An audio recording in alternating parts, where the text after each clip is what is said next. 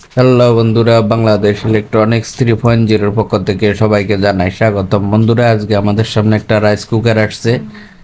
Rice কুকারটার সমস্যা হচ্ছে rice কুকারটার পাওয়ার লাইনে পাওয়ার আসে না, এর ফলে ভাত রান্না হয় না। তো আমরা এটা দেখতেছি কি সমস্যা। তো এখানে আমরা সর্বপ্রথম ব্যাক কভারটা খুলছি। খোলার পরে দেখতেছি যে একটা টিকটিকি মারা গেছে। তো আমরা পরিষ্কার করলাম। পরিষ্কার করার পরে ভিতরের কন্ডিশন দেখেন মোটামুটি ভালোই আছে। তো এখন কি এখানে প্লাগটার মধ্যে সমস্যা না কি আরও সমস্যা আছে, এই কারণে আমরা প্রথম থেকে শেষ পর্যন্ত আমরা সবগুলা ফার্স্ট একবার মাপ দিয়ে নিব, কারণ একাধিক ফার্স্টও খারাপ হতে পারে। তো সর্বপ্রথম আমরা হিটারটা মাপ দিতেছি। আমাদের হিটার দেখি হিটারটা ভালো কিনা। তো আমরা এখন হিটার মাপ দিতেছি। মিটারে দেখা যাইতেছে যে আমাদের হিটারটা ভালো। আমরা এখন ওভারলোড কয়েলটা মাপবো। আপনারা সাদা প্লেটের মতন যে সেপটা ফার্স্ট দেখতেছেন, সাদা ফিনের, তো আমরা এটা মাপ দিতেছি। আমাদের এই কয়েলটা ভালো দেখা যাইতেছে। তো বন্ধুরা, আমরা এখন ওভারলোড মাপবো। অলরেডি আমার হাতে যেটা দেখতেছেন এটা হচ্ছে একটা ওভারলোড প্রোটেক্টর। তো এটা ভালো দেখাইতেছে, দেখেন আপনারা মিটারের মধ্যে। এখন যেটা মাপ দিতেছি এটা হচ্ছে একটা ফিউজ। তো আমরা এই সাদা লম্বা করে ফিউজটা মাপতেছি। তো ফিউজটাও ভালো দেখতেছি। তো বন্ধুরা, আমরা এখন পাওয়ার সকেটটা লাগাবো। পাওয়ার সকেটটা আগেরটা পুড়ে গেছে, ডাইনাতে যেটা এটা হচ্ছে পুরানটা, আর আমাদের বামাতে যেটা এটা হচ্ছে নতুন সকেট। তো আমরা হুবহুব নতুন সকেটটা এখন লাগাবো। তো গাইস দেখতে থাকেন আমরা নতুন সকেটটা কিভাবে ফিটিং করি।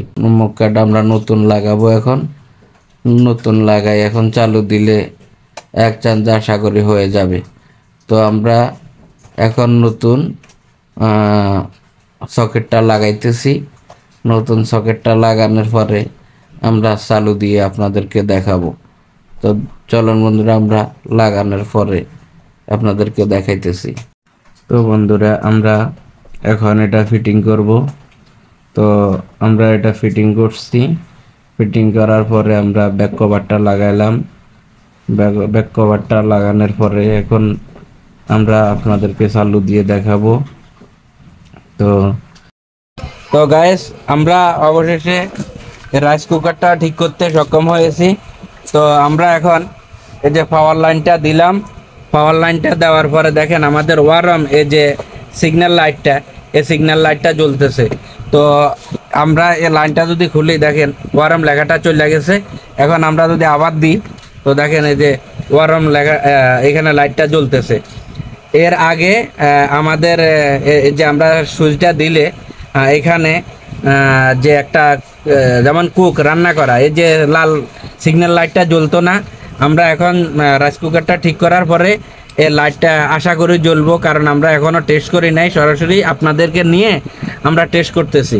তো এই কারণে যেহেতু আমাদের কাছে কোনো পাতিল নেই ভাত রান্না করার, এই কারণে আমরা শর্টকাটে চেক করার একটা উপায় হচ্ছে এখানে একটা স্প্রিং আছে, এটারও যদি আমরা চাপ দিই তাহলে আমাদের কানেক্টটা হয়ে যাবে।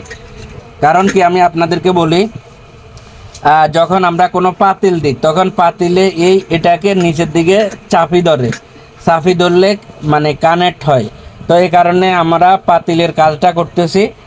আমরা এটারে চাবি ধরলাম, ধরো এটারে চাবি ধরো।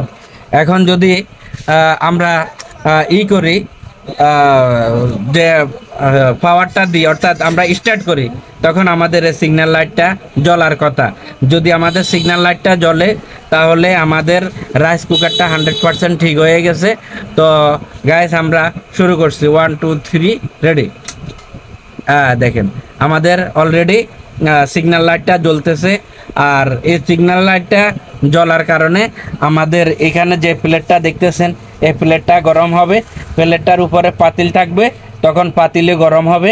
তো অবশেষে আমরা এই রাইস কুকারটা ঠিক করতে সক্ষম হয়েছি। তো গাইস, সবাই ভালো থাকবেন, আজকে এ পর্যন্ত, আল্লাহ হাফেজ।